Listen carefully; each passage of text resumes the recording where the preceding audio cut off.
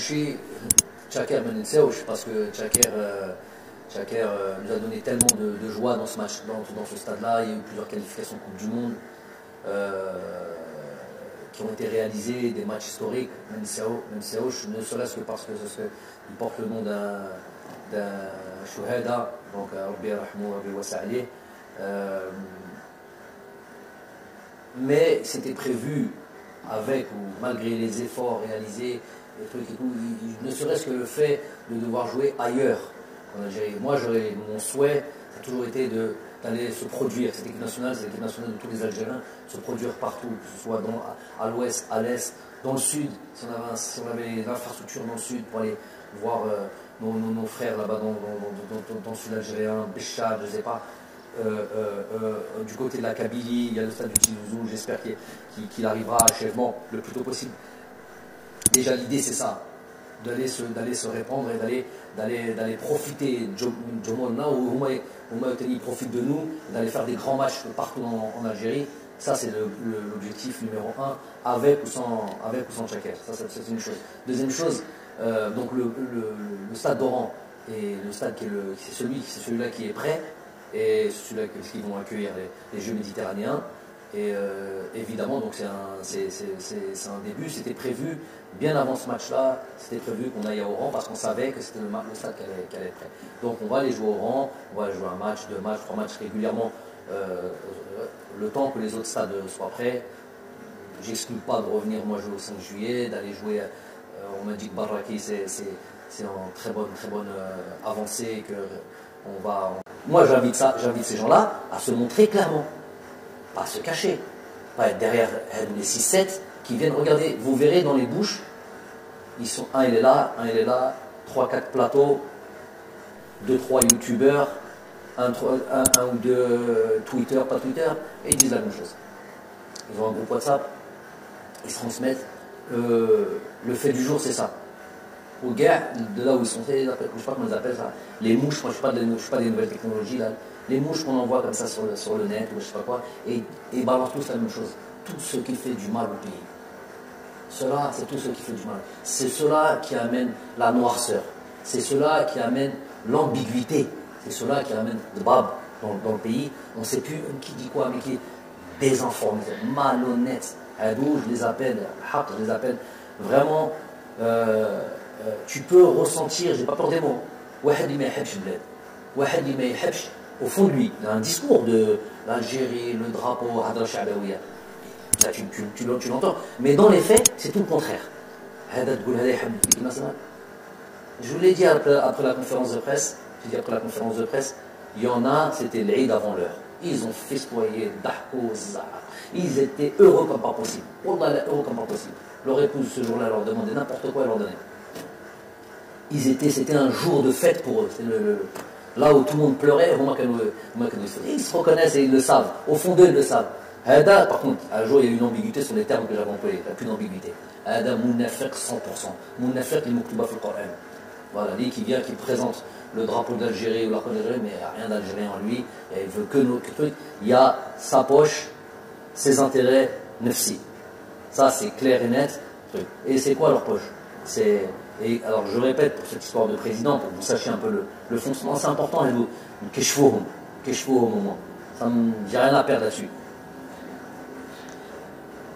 Jamel Belmadi, oui, il a un truc sur je suis en train de dire, au pouvoir public, aux bureaux fédéraux, aux tous ceux qui vont élire. Moi, j'ai rien à voir là-dedans, ne me demandez pas là-dedans, ramenez le président de fédération que vous voulez. Moi, je ne travaille pas pour un président de fédération, je travaille pour. Ça va être mon supérieur hiérarchique, ça va être avec lequel je vais devoir travailler, mais moi je travaille pour l'équipe nationale d'Algérie, je travaille pour mon peuple, comme le président de fédération va venir travailler pour le peuple. Donc je n'ai absolument pas à me mêler de tout ça. Qu'ils aillent faire leur truc, peu importe qu'ils amènent.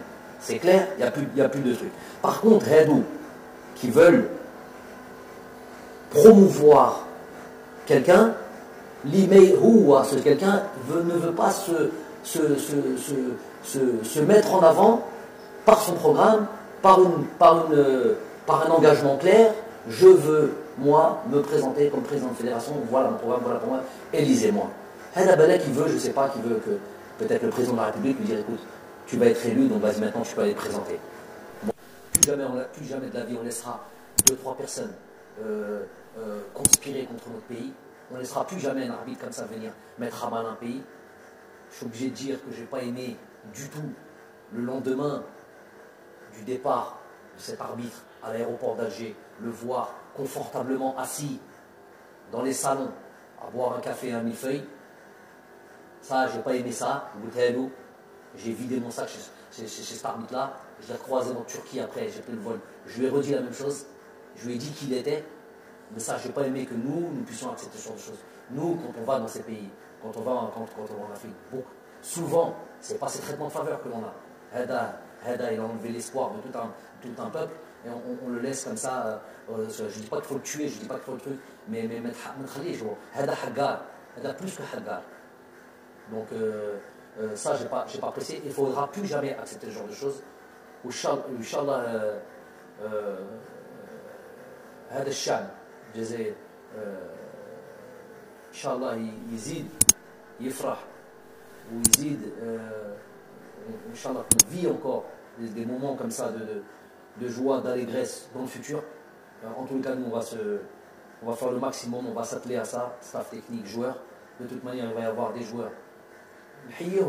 Bien sûr, il y a des erreurs ici, là, bien sûr, il y a des choses qu'on peut leur reprocher, mais dans l'ensemble, je les félicite. Mais on va devoir encore faire plus et ils vont devoir encore démontrer encore plus d'envie pour leur pays dans un esprit de reconquête. Donc voilà ce qui va être dans notre avenir. Et on a fait Laylat al-Qadr sur les derniers jours. Ben Kemlo, moi ce que je veux dire c'est que on est certes enragé, on est certes déçu, on est certes des mots traumatisés. Ça, voilà. Demain matin, le jour se lèvera et la force des hommes et d'un peuple, c'est aussi de se relever. Donc nous, on va se relever. Plus jamais de la vie, on laissera 2-3 personnes conspirer contre notre pays. On ne laissera plus jamais un arbitre comme ça venir mettre à mal un pays. Je suis obligé de dire que je n'ai pas aimé du tout le lendemain du départ de cet arbitre à l'aéroport d'Alger, le voir confortablement assis dans les salons à boire un café et un millefeuille. Ça, j'ai pas aimé ça. J'ai vidé mon sac chez cet arbitre-là. Je l'ai croisé en Turquie après, j'ai pris le vol. Je lui ai redit la même chose. Je lui ai dit qui il était. Mais ça, j'ai pas aimé que nous puissions accepter ce genre de choses. Nous, quand on va dans ces pays, quand on va en Afrique, bon, souvent, c'est pas ces traitements de faveur que l'on a. Heda, il a enlevé l'espoir de tout un peuple. Donc, Hedi, moi, je suis pas inattentif à ça. Je suis plus que réceptif à cet engouement, l'envie du peuple de nous voir continuer. Et c'est impossible de leur tourner le dos. Et donc, on se doit de continuer cette mission. On va le faire comme on l'a fait avec le cœur. On va le faire avec tout notre investissement. On va le faire avec notre envie, notre détermination, notre rage, j'ai envie de dire, parce que le Shab يستاهل هذا الخير وان شاء الله تهلاو في روحكم خاوتين، نتلاقاو في الخير ان شاء الله. السلام.